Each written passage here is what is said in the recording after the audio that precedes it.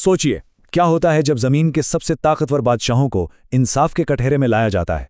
आज हम एक ऐसी ही कहानी पर बात करने वाले हैं, एक ऐसी दास्तान जहां हर ताज और हर तख्त को हतमी एहतसाब का सामना है। ये कहानी है ताकत, इंसाफ और अबदी अंजाम की। तसव्वुर कीजिए, क़यामत का दिन है और एक आवाज़ गूंजती है, मैं बादशाह हूँ, ज़मीन के बादशाह कहाँ हैं। ये वो लम्हा है जब दुनिया की सारी ताकत खत्म हो जाती है और सिर्फ एक ही हाकिम बाकी रहता है। और हमारी कहानी बिल्कुल इसी मंजर से शुरू होती है।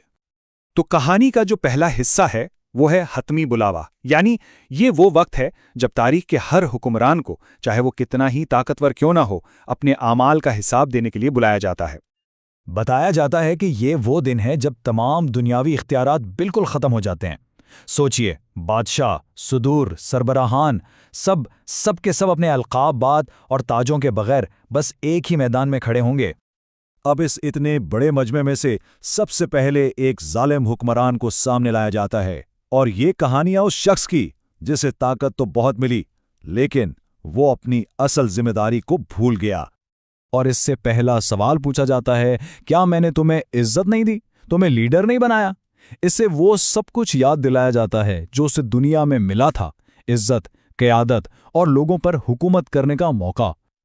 और वो इनकार कर भी नहीं सकता, वो फौरन मान लेता है, हाँ बिल्कुल, वो तस्लीम करता है कि हाँ, उसे ये सब शानो शौकत मिली थी।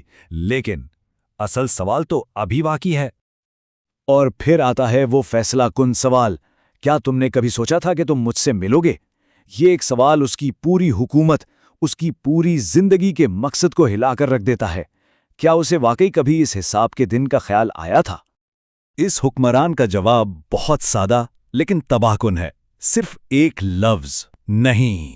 और इस एक लफ्ज में उसकी सारी गफलत छुपी हुई है।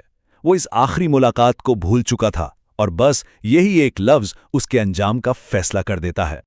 और फिर फैसला सुना दिया जाता है, हतमी। और इसमें इंसाफ का उसूल बिल्कुल साफ है, जैसा तुमने किया वैसा ही तुम्हारे साथ होगा। उसने खुदा को भुला दिया था, तो अब इसे भुला दिया गया। तो पहला हुक्मरान तो अपनी गफलत की वजह से अपने अंजाम तक पहुंचा, लेकिन अब एक और केस सामने आता है, और ये पहले से भी ज्यादा चौंका देने वाला है। एक ऐसी मुनाफिक का मुकदमा जिसका अपना जिस्म ही उसके खिलाफ गवाह बन जाएगा। ये शख्स पहले वाले हुक्मरान से बिल्कुल मुख्तलिफ है। वो तो आते ही अपने अच्छे कामों की फहरिस्त पेश करता है, नमाज, रोज़ा, खैरात। देखने में तो वो एक मिसाली मोमिन लगता है।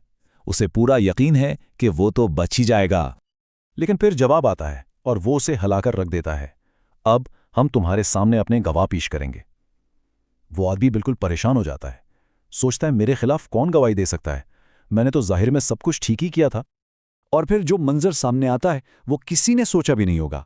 सबसे पहले उसके मुंह पर मोहर लगा दी जाती है, फिर उसके जिस्म को हुक्म मिलता है कि वो बोले, और फिर एक एक करके उसकी रानें, उसका गोश्त, उसकी हड्डियां, सब उसके छुपाए हुए गुनाहों की गवाही देना शुरू कर देते हैं। अब बचने का कोई रास्ता नहीं।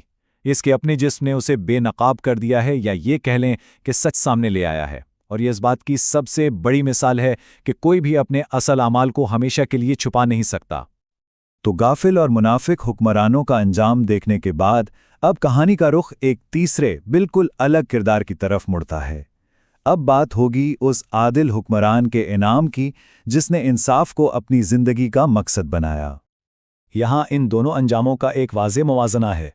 एक तरफ है जालिम हुक्मरान जो अल्लाह के नज़दीक सबसे नापसंदीदा है और उससे सबसे दूर, और दूसरी तरफ आदिल रहनुमा जो सबसे ज़्यादा महबूब है और उसके सबसे करीब। तो इंतखाब और उसके नताइज बिल्कुल वाज़ेह हैं। तो यहाँ से सबक क्या मिलता है? यही कि आखिरत का इनाम सीधा सीधा दुनिया के कामों से जुड़ा हुआ है। एक हुक्मरान ज़मीन पर इंसाफ के जितना करीब था, आखिरत में वो खुदा के उतना ही करीब होगा। तो इन तीनों कहानियों के बाद अब हम आते हैं इस तज्ज़िये के आखिरी हिस्से पर कि ताकत का असल वज़न है क्या, इंसाफ या जुल्म।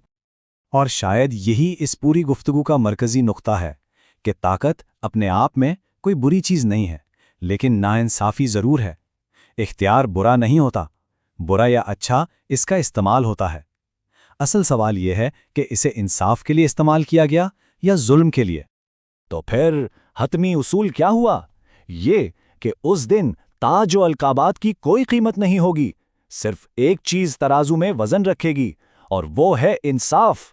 सिर्फ आमाल ही किसी की असल पहचान होंगे। تو آخر میں یہی سوال باقی رہ جاتا ہے، اگر تاج گر جائیں گے اور القابات مٹ جائیں گے تو پھر ایک رہنما کا اصل معیار، اس کی اصل پہچان کیا ہے؟